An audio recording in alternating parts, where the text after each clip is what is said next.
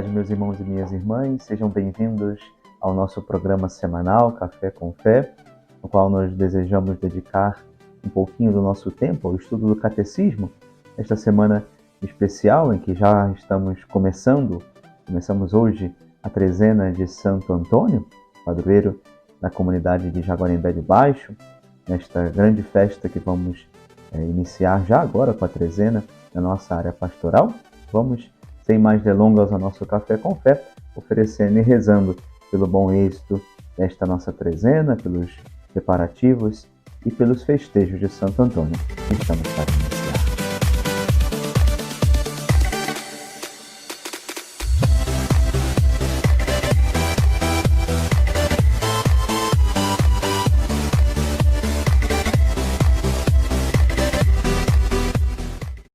Hoje nos cabe, portanto, falar do artigo 3º do capítulo 2º da seção 1ª da primeira parte do Catecismo da Igreja.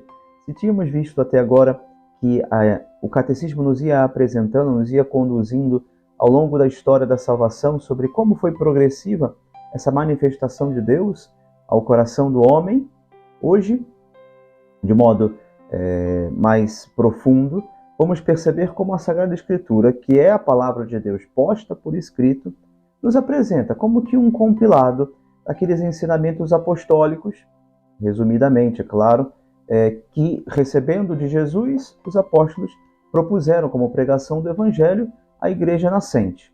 Hoje, portanto, nos cabe, neste artigo 3º, falar sobre a Sagrada Escritura, já nos apresentando, já nos preparando para aquilo que na próxima semana será, no capítulo 3º, será a resposta do homem a esta revelação, a esta manifestação de Deus. Como o homem responde. E no assentimento da fé, que a partir de semana que vem vamos começar a ver, aprofundamos esta parte, esta primeira parte do Catecismo, que é precisamente a profissão de fé que o Catecismo nos pretende apresentar. Bem, sobre a Sagrada Escritura, vamos hoje a partir do número 101, do 101 ao 141, são mais de 40 números que vamos vendo no Catecismo nesta tarde. Esperamos conseguir, ainda que brevemente, passando por alguns, ver um pouquinho sobre o Catecismo nos apresenta agora sobre a Sagrada Escritura.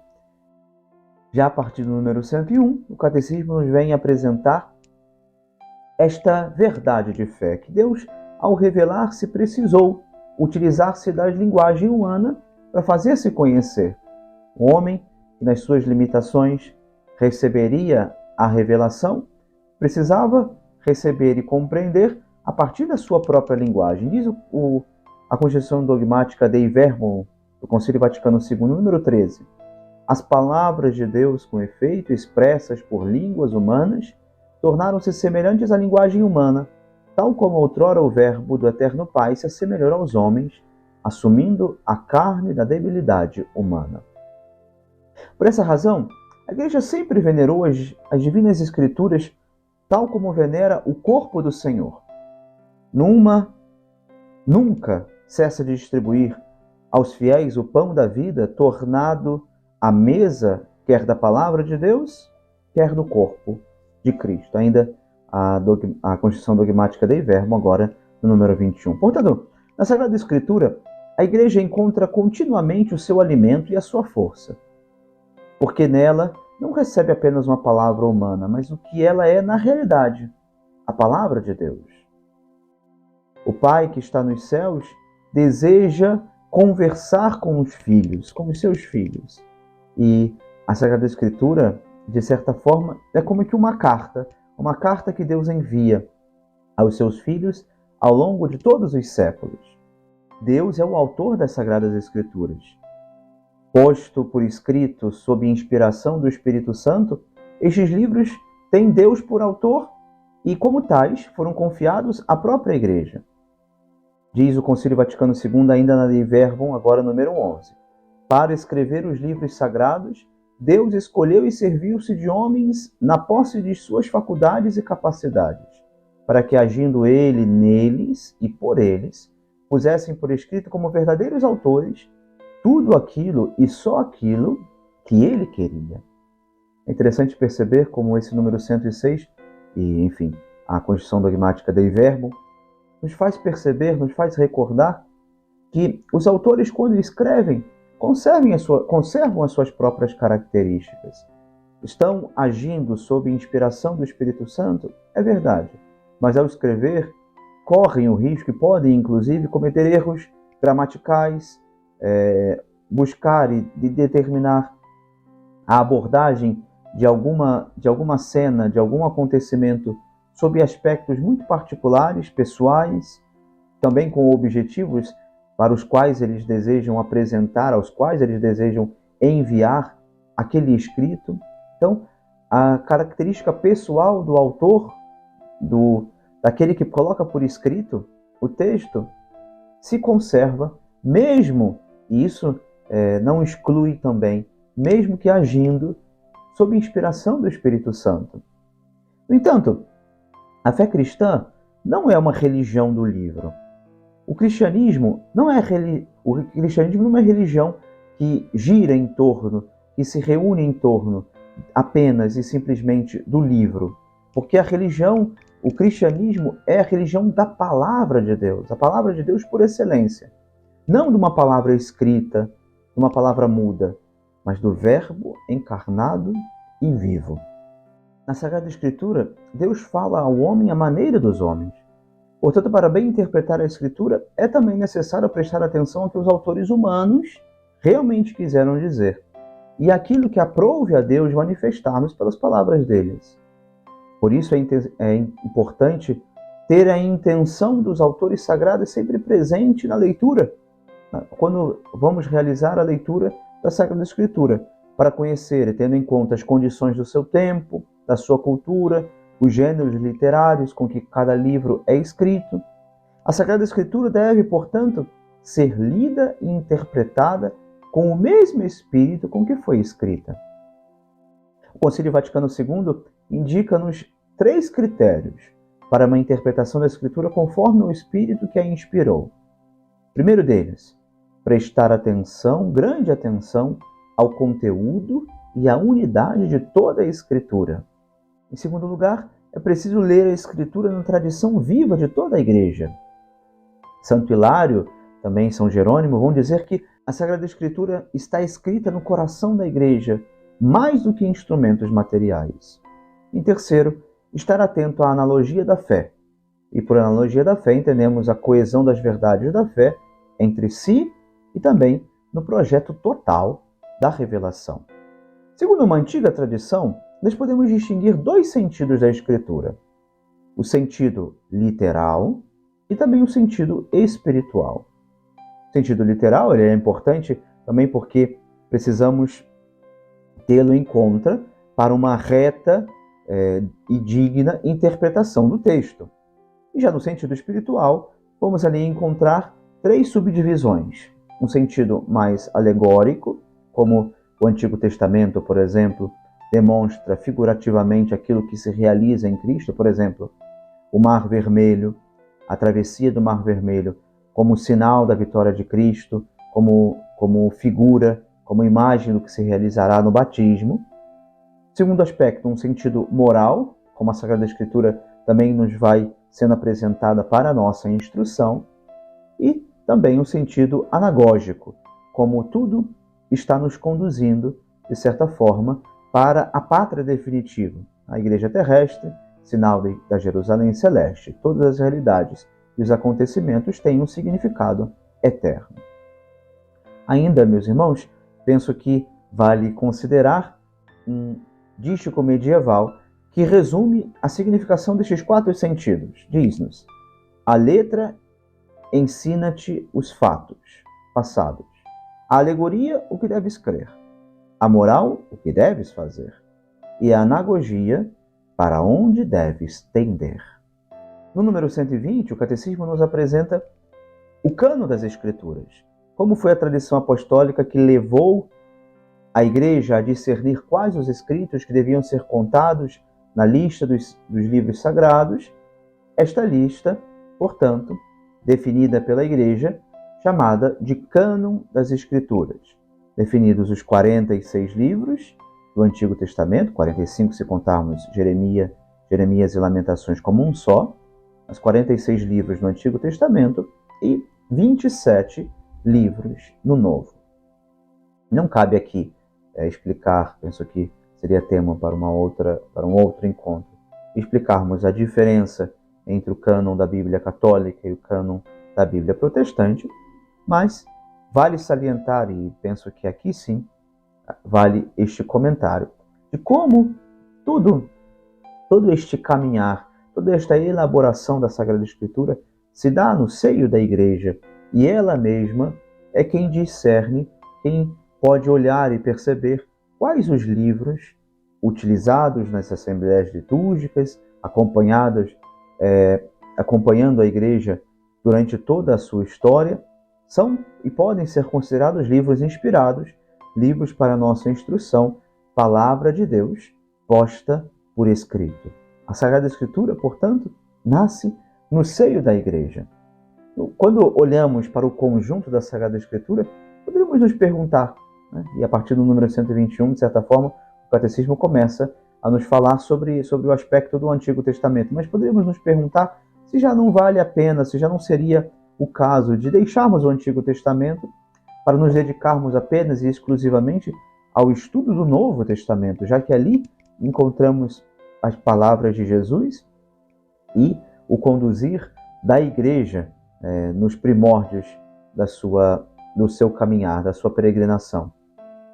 Mas o Catecismo nos vem recordar que o Antigo Testamento também nos serve de preparação. Tantas e tantas vezes nós vamos encontrar no Novo Testamento aquela recordação, aquela referência de aconteceu conforme as Escrituras previam, conforme se diziam as Escrituras. Então, o Antigo Testamento é esta preparação para a realização da plenitude da revelação, da plenitude dos tempos em Jesus. O Antigo Testamento é uma parte da Sagrada Escritura de que não se pode prescindir. Os seus livros são divinamente inspirados e conservam um valor permanente. A Igreja combateu sempre vigorosamente a ideia de rejeitar o Antigo Testamento sob o pretexto de que o Novo o teria feito caducar.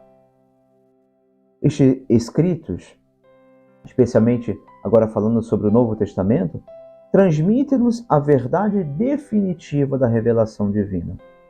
O seu objeto central, o Novo Testamento se centra na pessoa de Jesus Cristo, Filho de Deus, tendo ali os Evangelhos como o coração de todas as Escrituras, enquanto são o principal testemunho da vida e da doutrina do Verbo encarnado, nosso Salvador. A vida e os ensinamentos de Jesus são a primeira etapa desta formação dos Evangelhos. Primeiro, os apóstolos conviveram com o Senhor, receberam seus ensinamentos. Num segundo momento, realiza-se a tradição oral. Depois da ascensão, os apóstolos saem a pregar o Evangelho, a anunciar a Boa Nova. A tradição oral é, portanto, esse segundo aspecto. E muito posteriormente, bem depois, é que os Evangelhos são escritos, sintetizando alguns desses ensinamentos, algumas dessas palavras, alguns desses escritos, e desenvolvendo outros. Por isso, tenho insistido no dia de hoje que tenhamos muito presente diante de nós que a Sagrada Escritura é uma compilação. Nela não está contida tudo aquilo que foi a revelação. Nela não estão presentes todos os ensinamentos de Jesus. Não era possível escrever, relatar todos os gestos, todas as ações, tudo aquilo que o Senhor fez, falou e ensinou. Os apóstolos resumem na tradição oral o que podem e o que ensinam da Boa Nova. E ao escrever, esta pregação é ainda mais resumida, é ainda mais objetiva. Alguns momentos destinando-se a um grupo específico e posteriormente chegando a toda a igreja como esse ensinamento permanente e perene, a palavra de Deus posta por escrito. Não há doutrina melhor, mais preciosa e esplêndida do que o texto do Evangelho. Vede e retende o que nosso Senhor e Mestre, Cristo, ensinou pelas suas palavras e realizou pelos seus atos, dirá Santa Cesária. É importante também termos presente diante de nós a unidade do Antigo e do Novo Testamento, naquilo que chamaríamos de certa forma como tipologia. Os cristãos leem o Antigo Testamento à luz de Cristo, morto e ressuscitado. Lembremos como o Senhor fala, como o Senhor explica as Escrituras, como o Senhor recorda tudo aquilo que foi dito sobre Ele mesmo no caminho de Jerusalém a Emaús, quando encontra ali aqueles 2 discípulos. Ia explicando as Escrituras e tudo o que falava, tudo o que dizia respeito a Ele. Essa unidade com a qual nós somos chamados a ler a Sagrada Escritura de modo completo, nos faz perceber como o Antigo Testamento nos coloca diante, nos prepara para compreender a pessoa de Jesus, a sua missão e a revelação que ele vem nos trazer.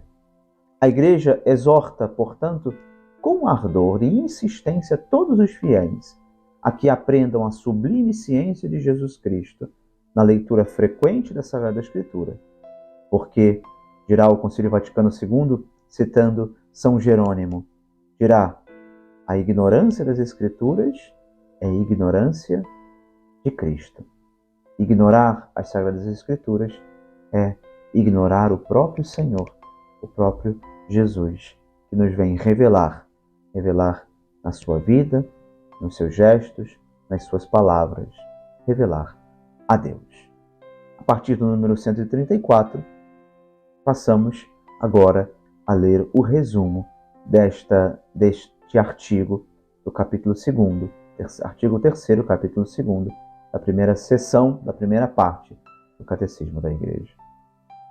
Toda a Escritura Divina é um só livro, e esse livro único é Cristo, porque toda a Escritura Divina fala de Cristo e toda a Escritura Divina se cumpre em Cristo.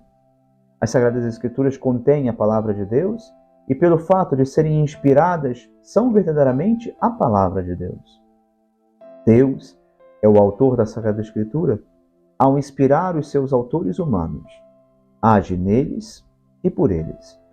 E assim nos dá a garantia de que os seus escritos ensinam sem erro a verdade da salvação. A interpretação das Escrituras inspiradas deve, antes de mais nada, estar atenta ao que Deus quer revelar, por meio dos autores sagrados, para a nossa salvação. O que vem do Espírito não é plenamente entendido senão pela ação do Espírito. A Igreja recebe e venera como inspirados os 46 livros do Antigo e os 27 do Novo Testamento. Os 4 evangelhos ocupam um lugar central, dado que Jesus Cristo é o seu centro. A unidade dos 2 testamentos deriva da unidade do plano de Deus e da sua revelação. O Antigo Testamento prepara o Novo, ao passo que o Novo dá cumprimento ao Antigo. Os 2 esclarecem-se mutuamente. Ambos são verdadeira palavra de Deus. A Igreja sempre venerou as divinas Escrituras tal como o próprio corpo do Senhor. Ambos alimentam e regem a vida cristã. A vossa palavra é farol para os meus passos e luz para os meus caminhos. O Senhor esteja convosco, Ele está no meio de nós. Abençoe-vos Deus Todo-Poderoso, Pai e Filho e Espírito Santo. Amém. Espero encontrar os senhores na nossa trezena de Santo Antônio. E já, desde agora, vamos confiando a Nossa Senhora e a São José o bom êxito deste nosso encontro, desta nossa festa, desta nossa trezena, destas nossas celebrações que a partir de hoje começam. Um forte abraço a todos e até a próxima semana.